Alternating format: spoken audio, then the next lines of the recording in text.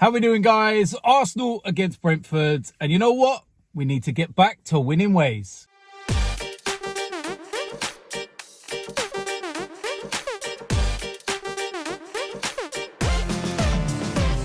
So, like I said, it's Arsenal against Brentford this weekend, and we need to get back to winning ways. And it sounds a little weird saying that, because the last time we actually lost in the Premier League was against Manchester United, which was in September.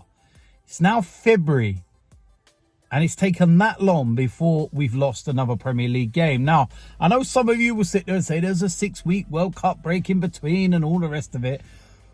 But that's still a phenomenal record. And especially since we've come back from the World Cup, the matches we've played and the teams we've had to play against, it's really good. But of course, we did come unstuck against Everton. Now, I think if that game was a couple of weeks ago and Frank Lampard was still manager, we would have absolutely annihilated Everton. But the moment he got sacked, and I knew that they had this 2-week window because they had no FA Cup game, where they could bring in a new manager, and I saw that Sean Dyche should come in, I was like, oh, here we go. Here we go. It's like playing Burnley, but in blue. And, yeah, look, at the end of the day, we didn't deserve anything from the game. Everton were a better side than us. They created a lot of chances, despite them playing very defensively and despite them being very good in the way that they set up and nullified our attack. They were also very strong in attack in terms of the chances created. In the first half, they could have at least been a goal ahead, arguably 2 or 3. That's how many chances they had. So you kind of looked at it and thought, all right, getting at half time, 0-0, great, we won't be the same side in the second half. And to be fair, we weren't the same side, we were worse. It was just not good. Got caught from a corner. And Everton thoroughly deserved the win. You've got to take your hat off sometimes to other teams and say, you know what? They wanted it more. They were more hungry. The crowd were up for it. And it was just one of those games. But you can't let that derail the season and what's happened. And, of course, the next day, you know, while we're all feeling down in the dumps and everything else and thinking, right, Manchester City, they're going to go 2 points behind us now. Yes, we'll still have a game in hand, but we've got to play them in a week's time. And it's all doom and gloom.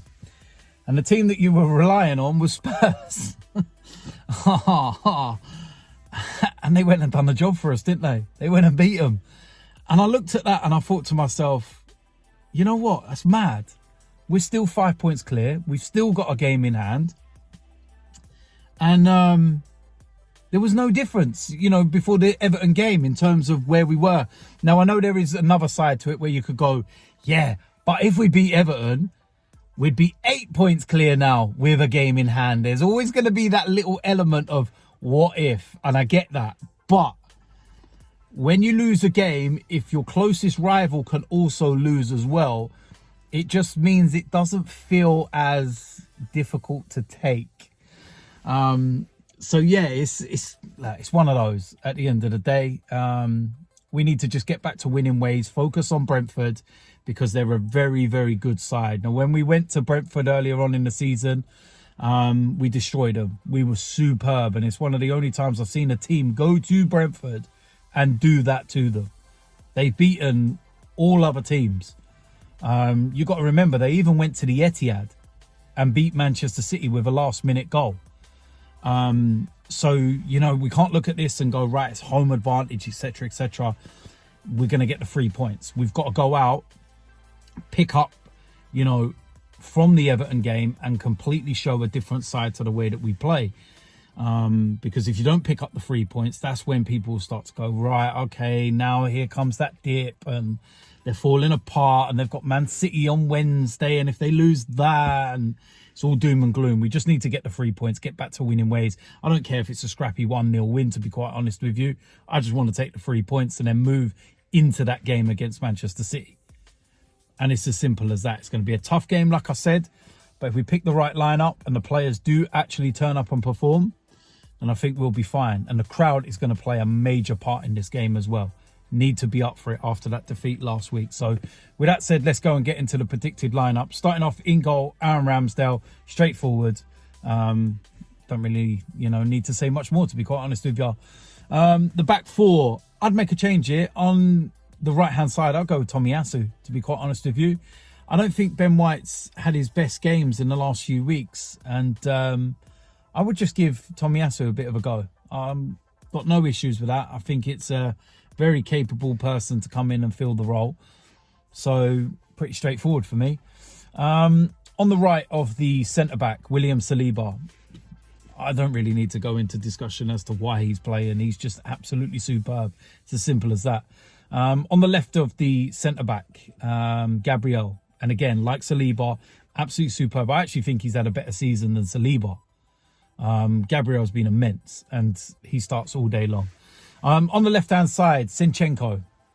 I think at home, you'll get to see the benefits of zinchenko when he plays that inverted role and we pack that midfield and it leaves space for the wide areas.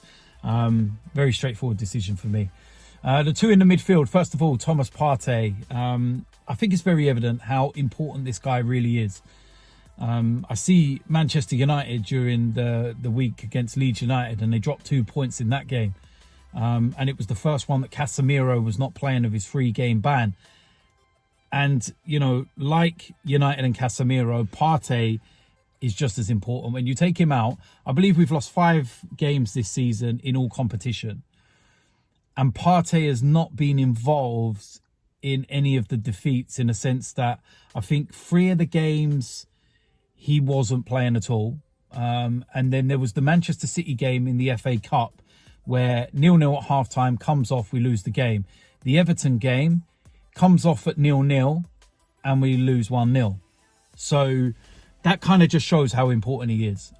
Seen him in training, looks absolutely fine. He starts all day long. Next up, Granit Xhaka. You get a better version of Granit when Thomas Partey's there, and he can, go and roam around the box and be creative and, cause the problems that he has been all season. So very straightforward. The attacking three, first of all, on the right-hand side, Bukayo Saka. Had a very quiet couple of games, but I'm hopeful that at home he's going to, be able to express himself a bit more. I think what we're starting to see now with teams is they're doubling up on Saka. They know how dangerous he is, and it's starting to be very, very evident. So it's a part of his game that he's going to have to now learn and adapt to deal with being doubled up on. But home advantage, I'm hopeful anyway that it's not going to be, as bad as it is from some of the away games, that's for sure. In the middle of that, Martin Odegaard. Again, the games that we struggled in, teams have sat players on Martin Odegaard because they know how influential he is. They know how important he is to making Arsenal tick. But again, I'm hopeful, home advantage, he will have more freedom and more space. So straightforward. On the left of the three, I'm going to go with Trossard. Being very impressed with some of his, performances since he signed his cameo roles off the bench. He started against Man City in the Cup and I thought he performed really well. Martinelli just hasn't looked his old self lately. So maybe a little touch on the sidelines and whatnot. And yeah, might do in the world of good. So that's what I'll go with. Up front, main striker, Eddie Nketiah. We don't have any other option, to be quite honest with you. I know that Jesus is back at London Colney now. And his training has stepped up. He's running and everything else. He's not far away now. So that is very good news because Jesus would have been perfect at Everton. It's as simple as that. Despite Eddie, been performing really well and doing everything right, Jesus just offers something that Eddie can't. And it's as simple as that. But for this, yeah, of course, Eddie Nketiah. So there we go. That is it for my preview and my predicted lineup. As usual, let me know in the comment section what you think. Do you agree, disagree? If you disagree, what selection would you go with? Also, let me know your score predictions. I am going to go for a 2-0 win to Arsenal. So let me know your score predictions. If you're new around here, do make sure you hit the subscribe button, smash a like on this video, and I will see you lot soon. I'm out of here.